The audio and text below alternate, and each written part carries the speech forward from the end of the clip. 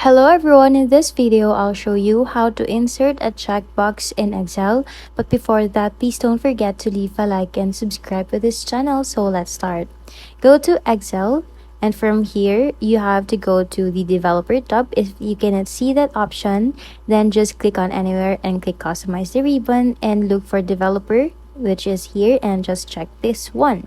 Now click OK, and you will see the developer tab at the top, and just click on it, click insert, and we have two types of options here, which is form controls and the ActiveX controls, in which form controls is for basic use while ActiveX controls is for advanced use. But we will just use the form controls in this tutorial.